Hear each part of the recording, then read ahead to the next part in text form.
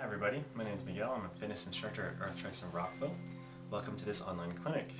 Today I'm going to cover with you shoulder strength and stability, starting with stability first. Now is a great time, while we can't climb as much, to come back from this forced break stronger than we were before. We can spend a lot of time climbing and maybe not spend enough time or attention to the shoulders, which are critical parts joining our hands to the main part of our torso. And so we're going to give you 6 movements. We're going to use resistance bands and a resistance loop. And in those 6 movements, we'll show you how to pay a little bit more attention to that shoulder joint. So you'll need a long flat resistance band if you have it. And starting with a light resistance is going to be really helpful. And also a resistance loop that'll make it easier, but if you only have one, a flat band will be better if you only have one. You also need a wall, and so that's where we're going to start right now. So we're going to start with push-up plus. All you need is a blank space of wall.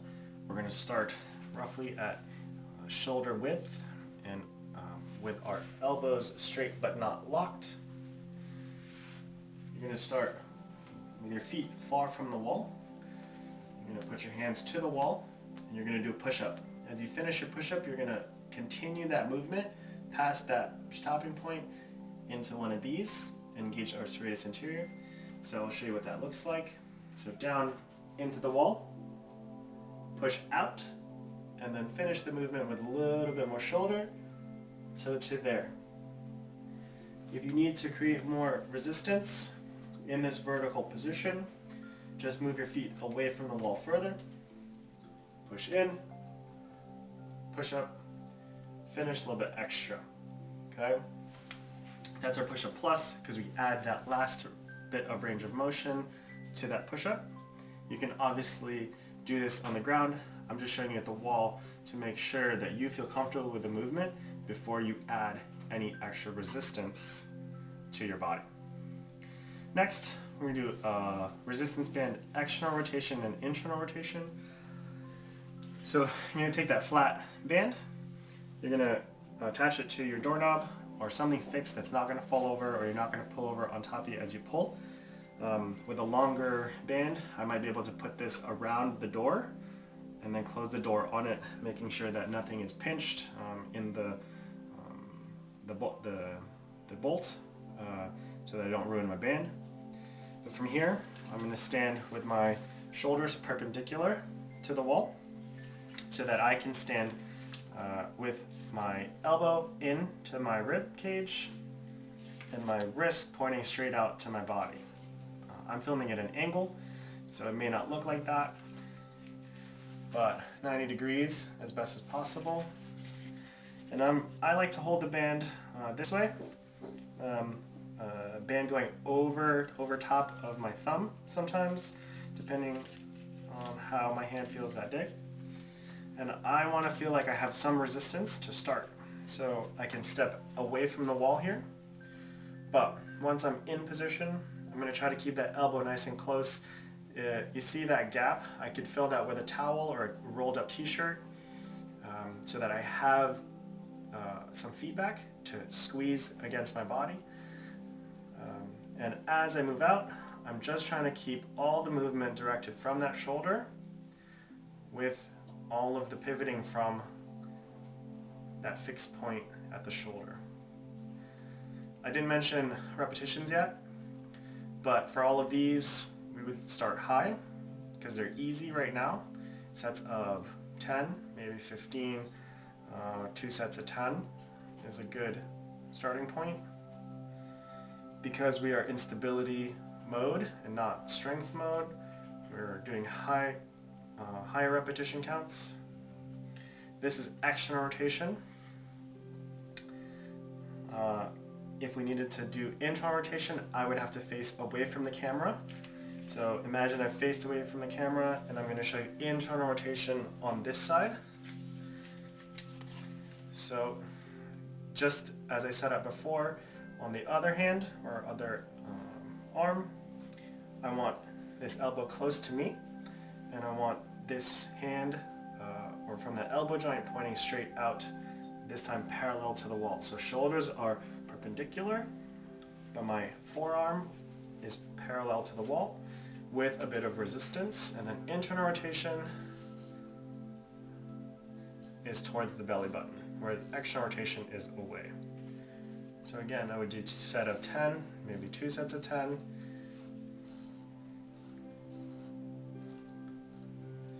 And I would like to encourage you to use something underneath the elbow so that we have that feedback. So this is one of my kitchen towels, or rags, t-shirt works. So where I would place that is right where my elbow starts to meet the bicep.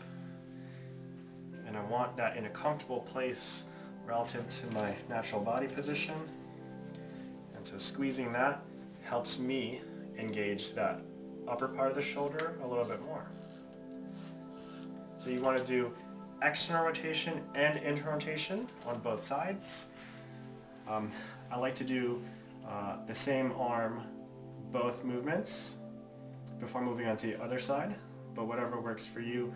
I personally like to tax that shoulder in both directions before switching, but any combination works as long as you do both sides.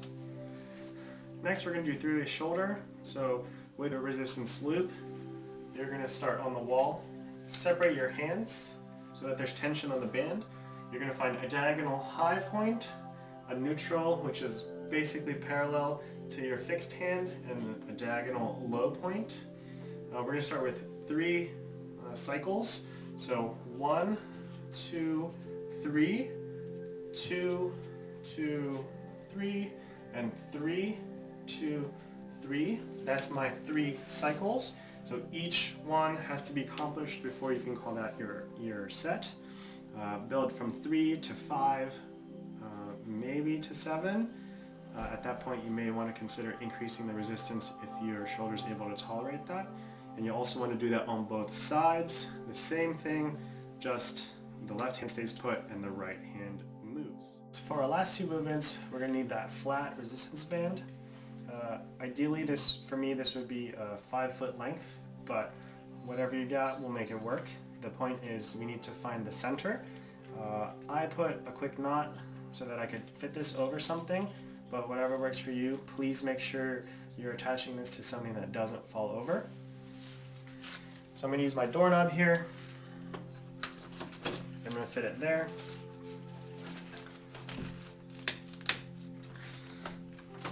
Okay, so resistance band row. If you don't have a cable machine handy, this is a great way to build some strength.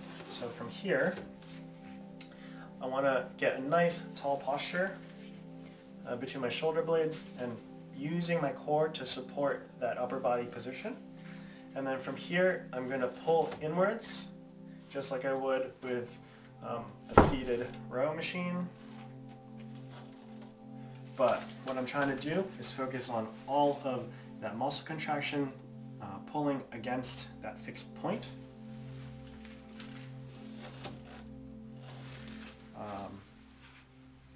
This is a great time for us to focus on mind-muscle connection.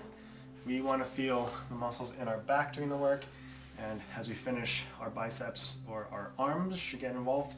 But as we talk about shoulder stability and strength, we should feel a lot of that happening on the posterior chain or on our backside as we pull through, and it's just like that. So row, sets of 10, maybe 20 if the resistance is light enough for stability. So we're still talking about stability through here.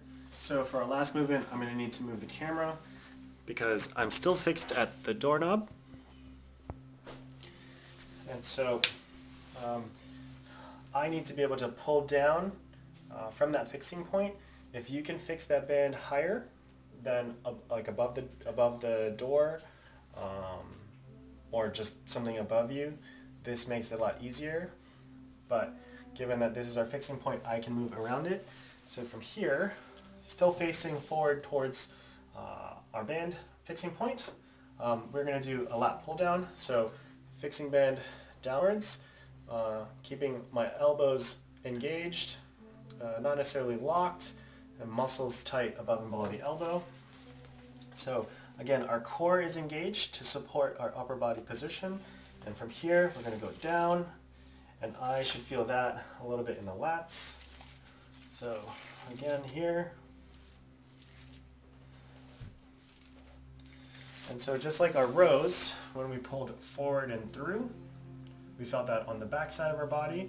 We'll still feel that on the back side of our body, but now it may have moved a little bit towards the lats instead of the center of the body, so out here. And that's a great way to finish a nice stability 6 movement workout.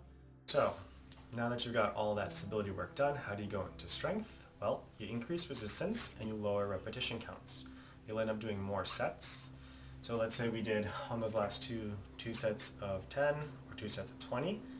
I would move for strength with more resistance, 5 sets of 5, 5 sets of 6, for 25 count or maybe 30 count. We are taking more of that work completion and putting it into shorter bursts, but with more challenging work done. And that's it. That's just an easy way for us to go into some stability work, into some strength work. Hope you enjoyed that. See you next time.